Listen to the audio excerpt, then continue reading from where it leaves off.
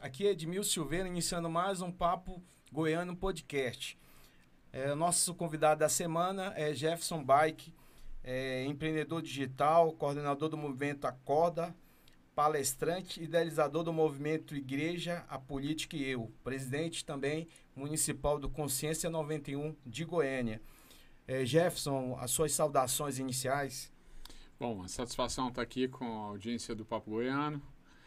E eu espero que a gente possa hoje ter um papo bem bacana, transmitindo um pouco aí do que a gente tem de expectativas para essa eleição de 2022, falando principalmente do estado de Goiás aqui, como a metropolitana que eu estou envolvido pode estar querendo atuar e contribuir aí para os resultados das eleições. Jefferson, como é de praxe, né, do nosso Papo Goiano, fale da sua história, da sua trajetória. Bom, eu sou um gaúcho de nascimento, eu estou em Goiânia já há 10 anos. Desde muito cedo envolvido com as questões políticas. Meu pai foi ativista mais da centro-esquerda, ou da esquerda até, do PDT do Rio Grande do Sul, brisolista e tudo mais. Eu lembro desde muito moleque tá na caçamba de caminhão, e eu lembro do Dr. Leonel Brizola na minha casa, e lembro de algumas figuras bem importantes lá da política gaúcha dentro de casa, e cresci sempre com essa paixão pela política. Logo em seguida, eu perdi meus pais e acabei me tomando um outro viés mais da esquerda. Cheguei a militar ativamente dentro do PT do Rio Grande do Sul.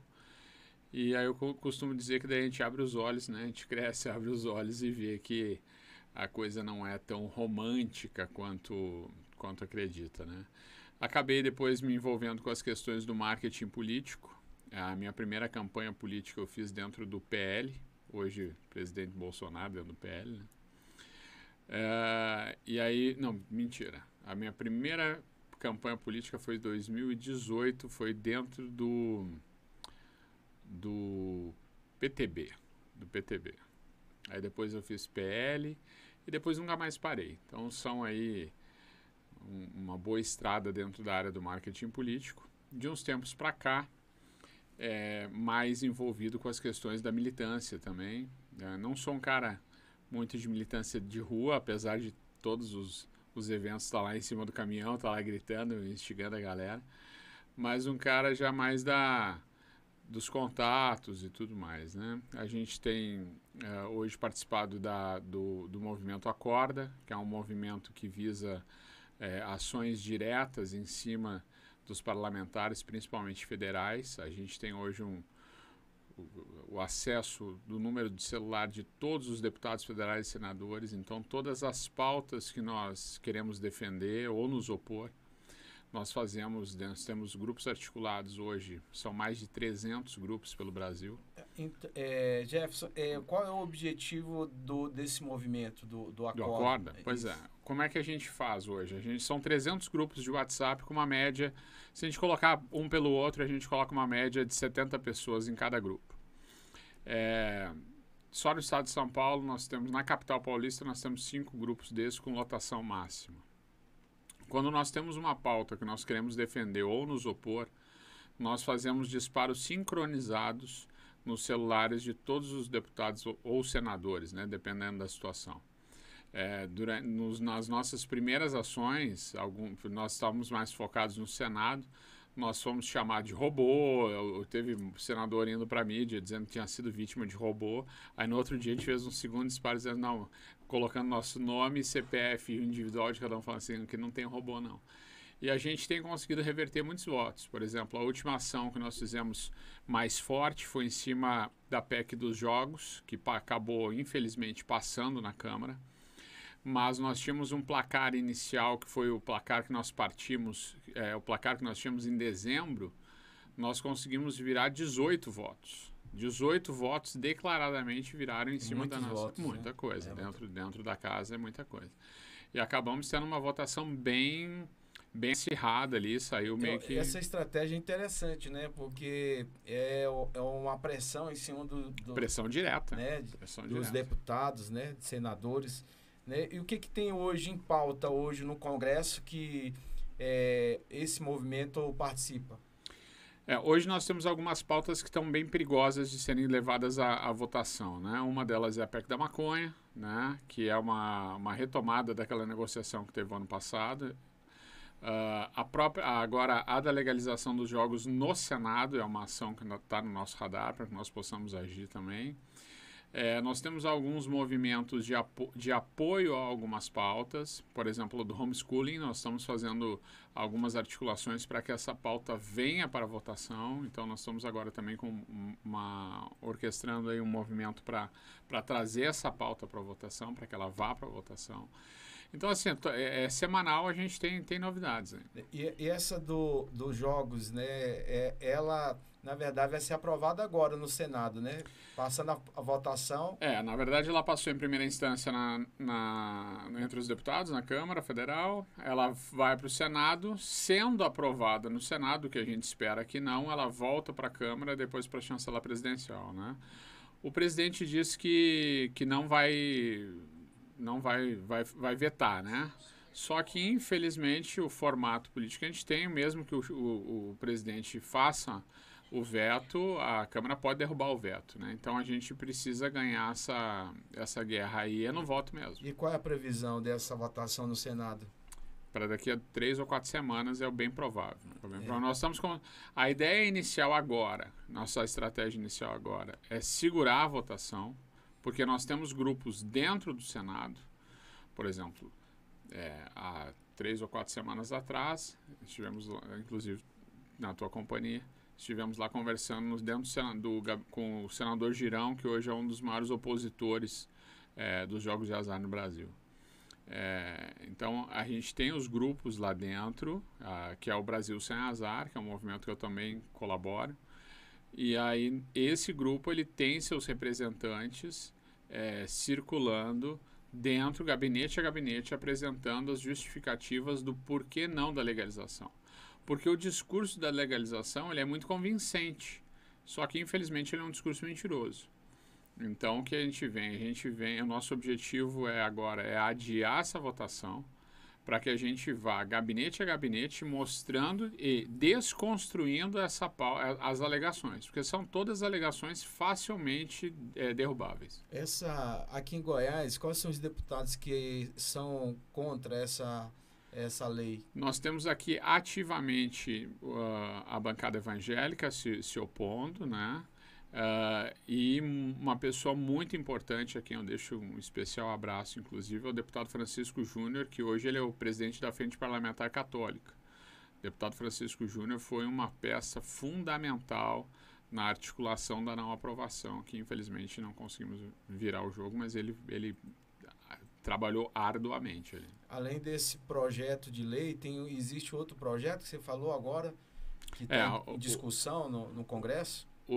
Na Câmara nós temos a PEC da maconha sendo segurada, né? Mas existe uma pressão forte. Eu costumo dizer que essas duas pautas em específico, a dos jogos de azar e a da maconha, nós sofremos um pouco de fogo amigo aí. Porque tem muita gente que se diz de direita que defende a legalização das duas coisas. A legalização dos jogos, eu acredito que por ignorância, porque as pessoas não entendem Eu vou fazer assim, uma análise muito simples dessa questão dos jogos. Eu não vou entrar nem nas questões da ludopatia, que é o vício dos jogos e tudo mais. Mas é uma questão única e exclusivamente econômica. Nós temos argumentos para derrubar essa pauta, morais, nós temos familiares, nós temos de saúde pública, mas principalmente econômicos. Porque eles falam de números que, na verdade, não são verdadeiros. Por exemplo, eles falam que 1% do PIB vai gerar em torno dos jogos. Fato. 1%, em média, os países que têm a legalização dos jogos, o jogo movimenta 1% do PIB. Só que esse não é um valor de acréscimo no faturamento nacional. Ele, na verdade, é uma relocação de valor. Por quê? Porque os estudos mostram que o turista não vai ao país de destino do jogo, o país que tem o jogo legalizado, para jogar. Ele vai lá fazer o seu turismo que ele faria de qualquer maneira e acaba jogando por diversão ali para aproveitar o tempo. Então nós não vamos trazer mais turistas pelos jogos, isso já é um fato. Segundo, estudos também da Universidade de Nevada, que é onde a capital dos jogos mundial é Las Vegas, né, onde Las Vegas fica dentro do estado de Nevada, mostram que apenas 14% dos jogadores que estão em Las Vegas foram a Las Vegas para jogar. Me desculpa, o dado está errado. 14% das pessoas que estão jogando em Las Vegas não são americanos, são turistas. E destes 14%, apenas 10% foram a Las Vegas para jogar. Ou seja, 1,4% do valor do número total. Se a gente levar em consideração esse dado, a gente vai entender que, na verdade, quem está jogando em Las Vegas é o americano, certo? Então, ou seja, se nós trouxermos isso para a realidade do Brasil, já que Las Vegas é o megapolo dos jogos, é a realidade que geralmente se replica nos outros países, nós vamos entender que quem vai jogar nos cassinos brasileiros não é o turista estrangeiro, é o próprio brasileiro. Se a gente está falando que é o brasileiro que vai jogar, nós estamos dizendo então que é o pai de família que vai deixar de comprar um tênis novo para o seu filho, vai deixar de pagar uma parcela do seu compromisso mensal, vai deixar de fazer uma reforma na casa, vai deixar de fazer isso, aquilo, aquele outro, para gastar o dinheiro no jogo. Então nós não estamos falando de um acréscimo de receita para o governo federal. Nós estamos falando de relocação de receita. Nós vamos tirar um dinheiro que gera imposto, como o jogo também se propõe, tá, tudo mais, só que sem nenhuma das mazelas do jogo, e nós vamos estar colocando no jogo. Um outro dado que eu acho que é extremamente importante para as pessoas entendam.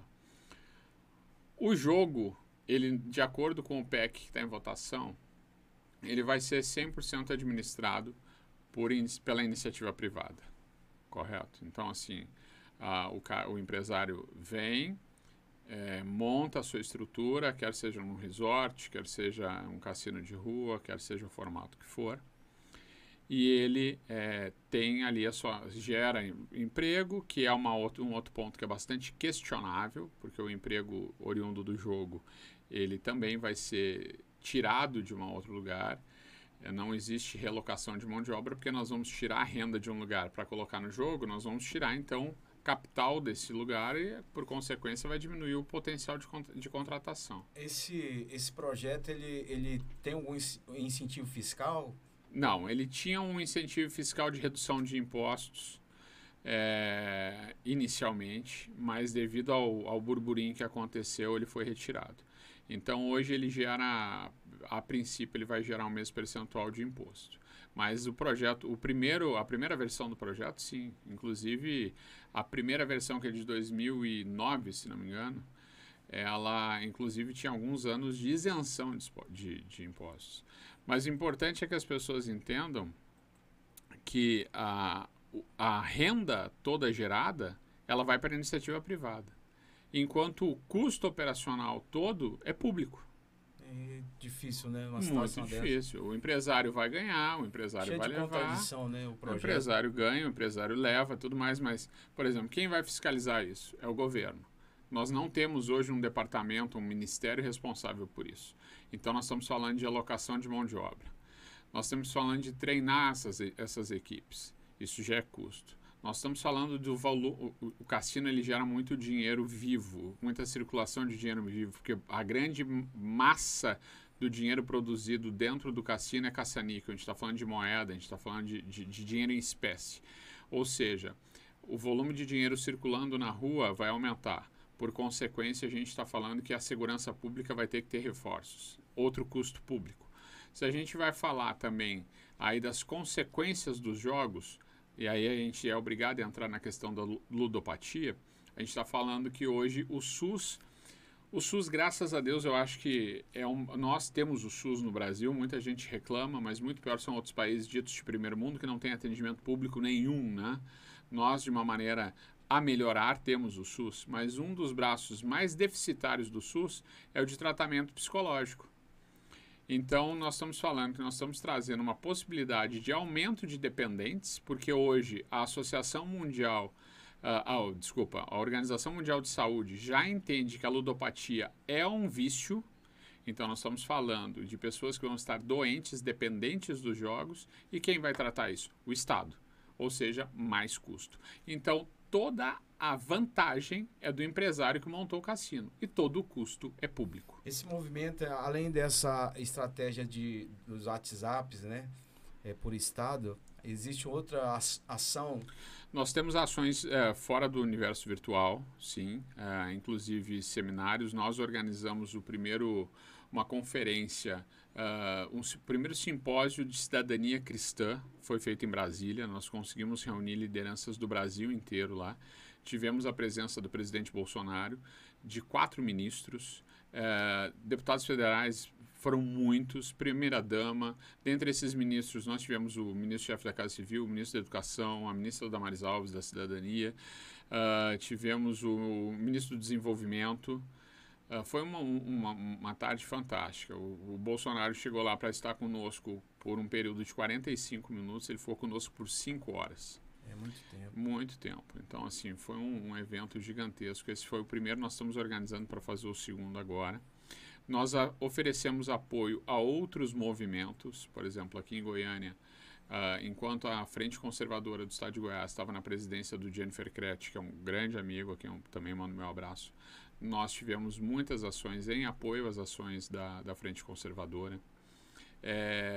O movimento A Igreja Política e Eu é um braço que tem o apoio do Acorda Senado. A Igreja Política e Eu já é um outro viés, um viés de preparação, treinamento e instrução.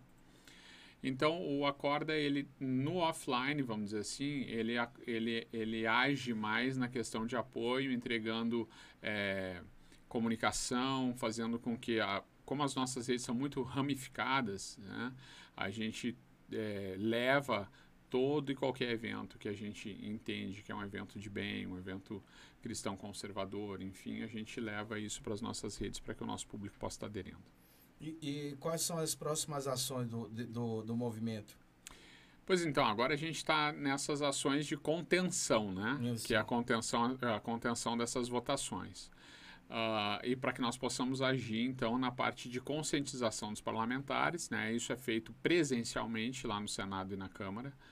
E aí, por volta da data, aí sim a gente poder fazer os disparos, né? Então, aí depende das pautas. Uma coisa que eu tenho observado nesse processo, né, de aprovação de leis, né, é que não existe pouco debate, né, poucas discussões, né, com a sociedade, né, porque um projeto dessa envergadura, né, com consequências sociais, né, porque isso gera, né, uma série de situações para a sociedade, né, para a família, né, inclusive. Justamente. Eu acredito que quando esse desdobramento em relacionado a jogo também tem a ver também com drogas, né, sim. Né, lavagem de dinheiro, crime organizado. Então eu observo que existe esse vácuo na sociedade do debate, né, porque às vezes você não tem ideia do que representa um projeto desse, né, porque vende uma ideia como se fosse resolver o problema do país, né? E na verdade a gente sabe que vai trazer mais problemas. Mais problemas. Mas aí, tu sabe que, bom, eu acho que assim, se nós formos esperar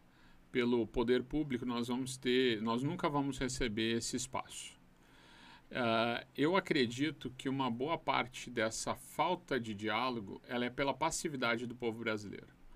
O brasileiro, ele é um cara muito acomodado, né? A gente tem visto um despertamento nos últimos anos mudando essa realidade, mas ele ainda é muito embrionário, né? Então, o que eu acho que é o seguinte, o que falta, na verdade, é que as pessoas se envolvam né, nos projetos, nos movimentos de sociedade civil organizada, e aí, em cima disso, busquem o seu espaço de ação.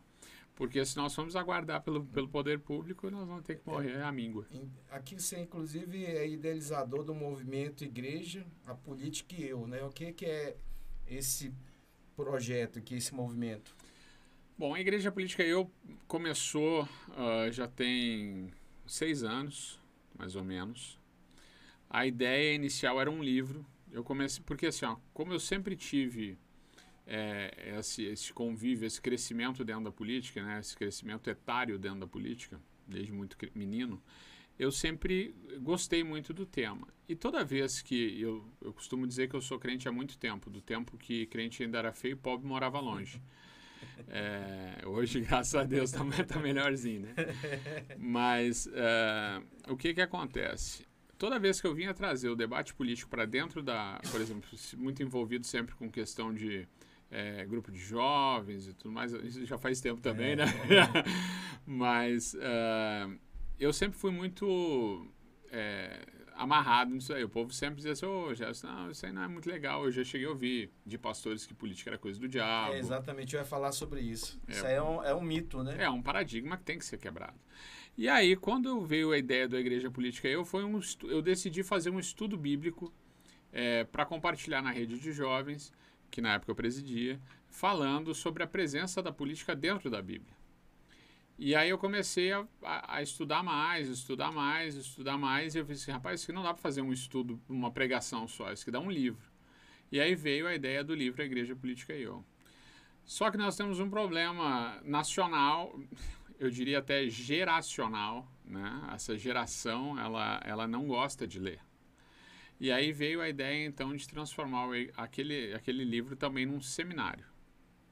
Então, hoje a gente tem feito alguns seminários, agora só pelo estado de Goiás, mas ainda nesse ano nós já temos agenda para fora do estado de Goiás.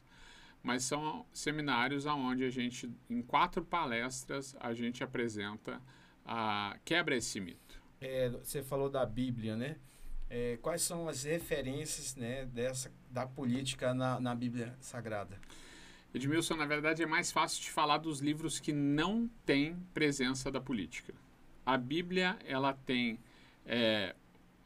política de Gênesis a Apocalipse, pulando pouquíssimos capítulos. Se nós vamos pegar, por exemplo, alguns exemplos rápidos aqui. A primeira Constituição que nós temos, qual é? O livro do Êxodo, né? Isso. Deus entrega a Constituição para o povo de Israel. Ali é um formato de Constituição. Ela trata de segurança pública, ela trata de lei civil, as leis cíveis, ela trata de lei de saúde pública, ela trata de tudo. Ela trata até, por exemplo, de um cara que matou. Existe as cidades refúgio, né, que existiam, que Deus entrega para Moisés. O cara mata o outro por acidente, mas a lei permitia que ele fosse vingado. Deus cria ali o primeiro processo fugiu o nome agora do processo. Atualmente, hoje a gente chama de... Como é que chama? O cara faz um depoimento e ele é guardado pela polícia, né? Então ali... tutela, né? É uma tutela, né? Tutela. Então, isso já estava previsto na lei. Tá? Então, assim, se a gente vai falar de Constituição, a gente vai falar disso. Se a gente for falar um pouquinho sobre a formatação de Estado, se tu vai pegar a nossa geopolítica, um Estado hoje, uma nação hoje, ela só é formada de duas formas. Por uma guerra, né? Ou uma ruptura por força, ou uma ruptura diplomática, né? Uma emancipação. O Brasil, em 2007, se não me engano, emancipou um monte de municípios, né? O primeiro quadro de emancipação da história aconteceu na Bíblia. Aonde que está?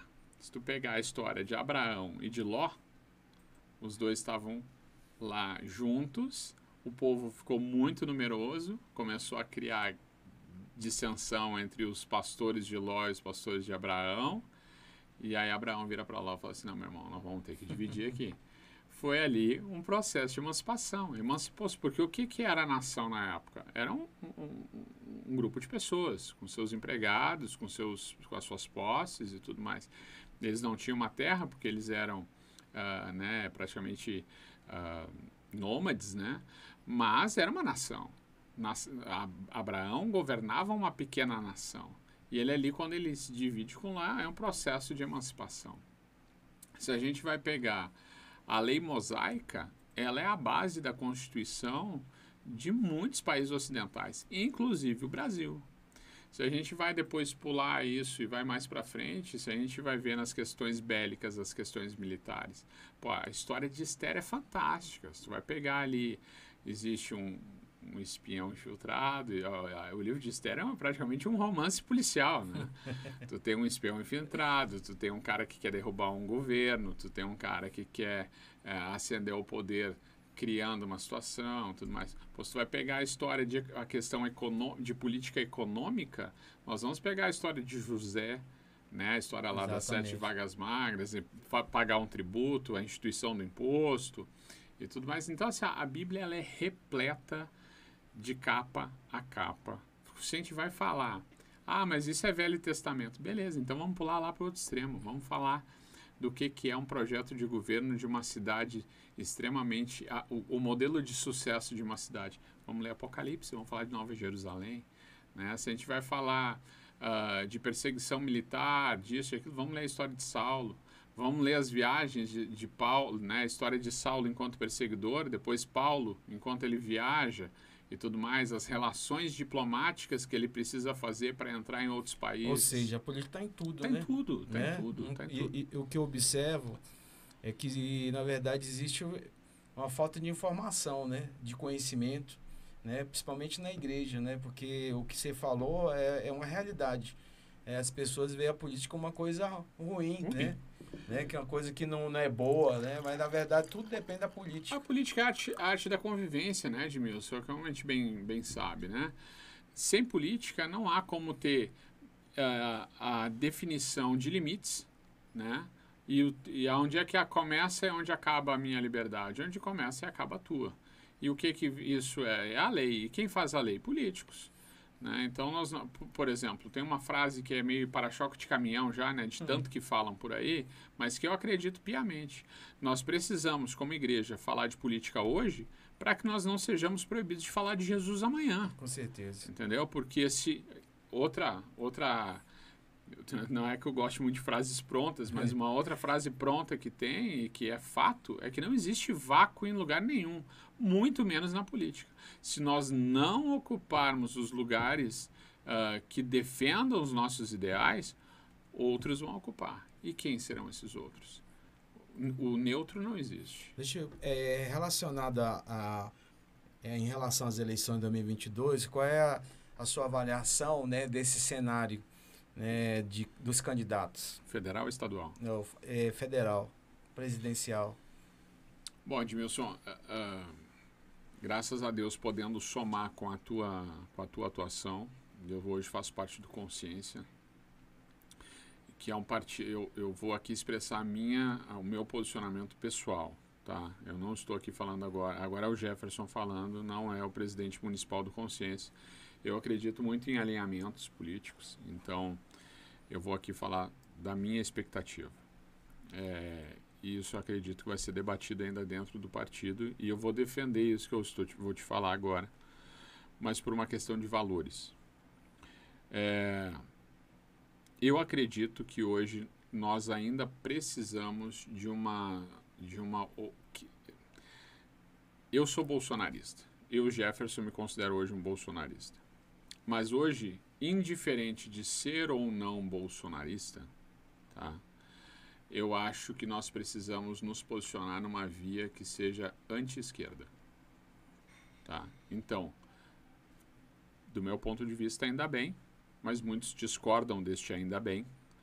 Mas, gostando ou não deste ainda bem, a única opção que nós temos ainda é o Bolsonaro. É porque eu vejo assim um debate meio acirrado relacionado às eleições, né? Tipo, seria uma guerra do bem e do mal. Você acredita nisso?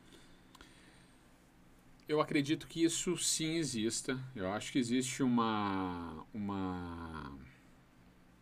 nada no mundo natural deixa de ser reflexo do mundo espiritual. Acho que como cristãos a gente sabe disso.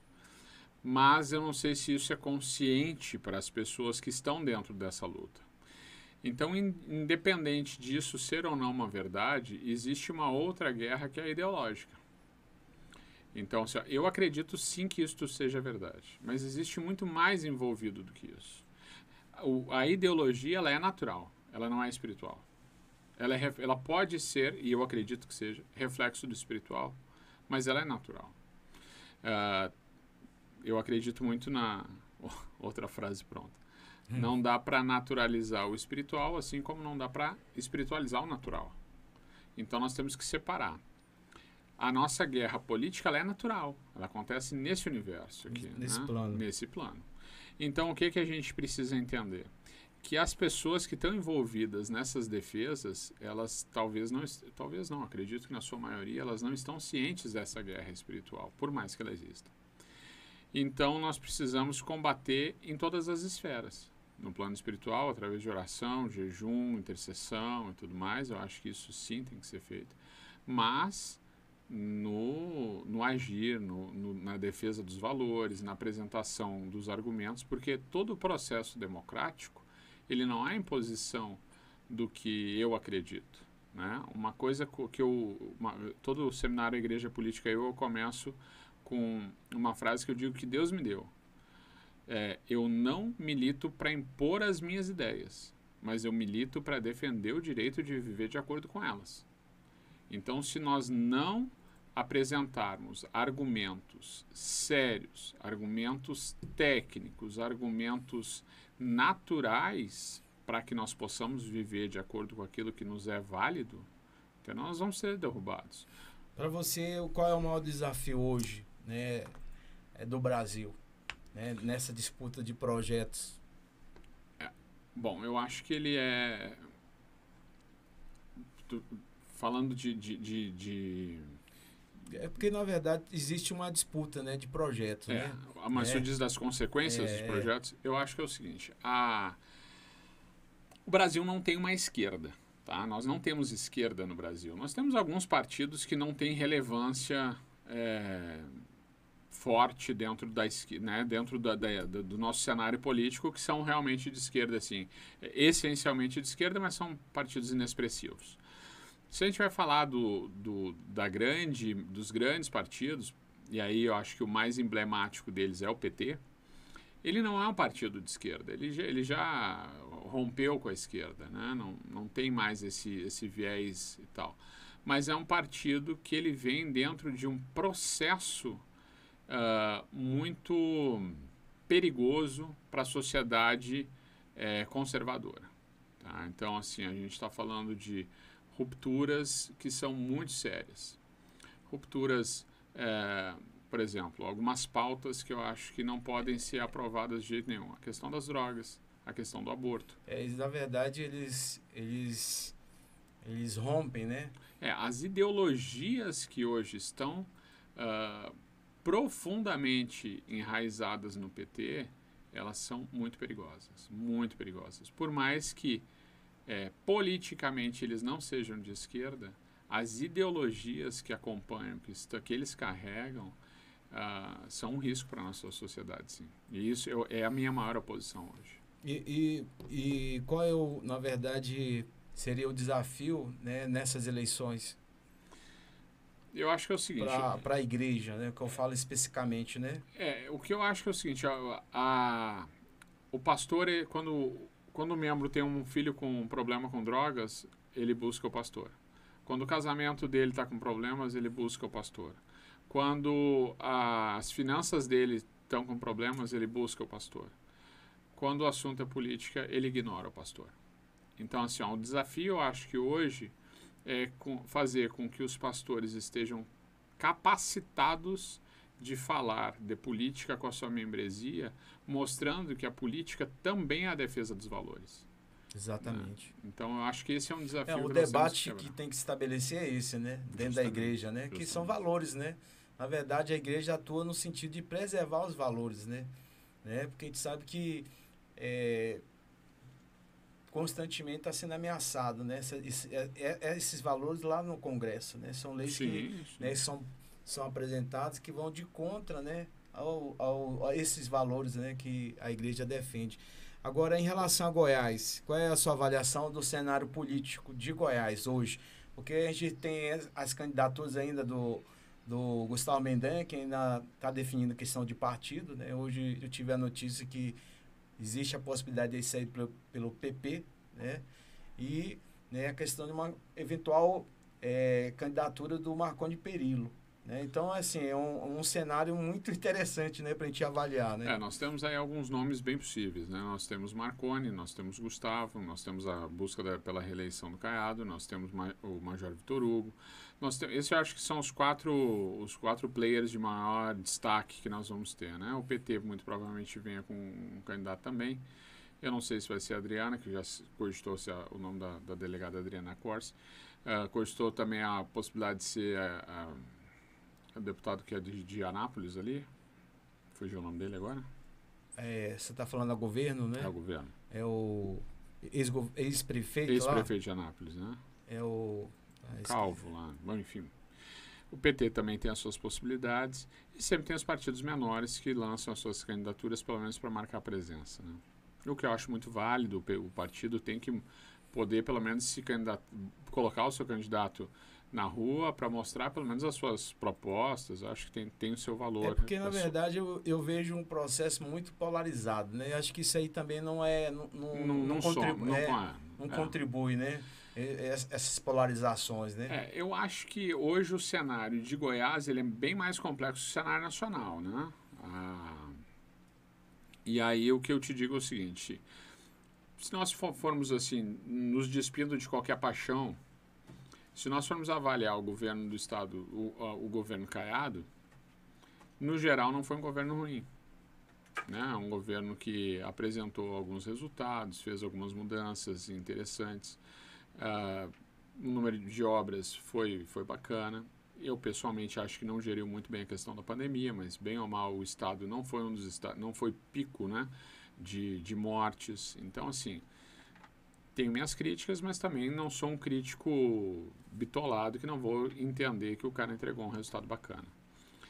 Aí o que sobra? Marconi, com um histórico político bem problemático, mas que tem a sua militância, tem o seu ativo político, tem uma base marconista dentro da Assembleia que é muito forte, que pode permitir com que ele tenha palanques significativos pelo interior do Estado. E aí depois fica vamos dizer assim, a opção do Bolsonaro, que ficaria entre Vitor Hugo e Gustavo, que é uma coisa que ainda está indefinida, um dia um, outro dia outro e tal. Exatamente. Então, acho que antes da gente ter essa definição de quem serão os players, que é difícil a gente fazer um desenho muito definido.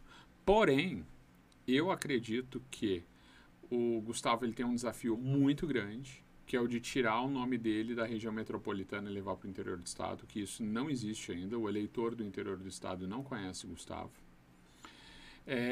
Que é um desafio ainda maior nas mãos do Vitor Hugo, porque o Vitor Hugo é um cara que só tem um mandato de deputado federal.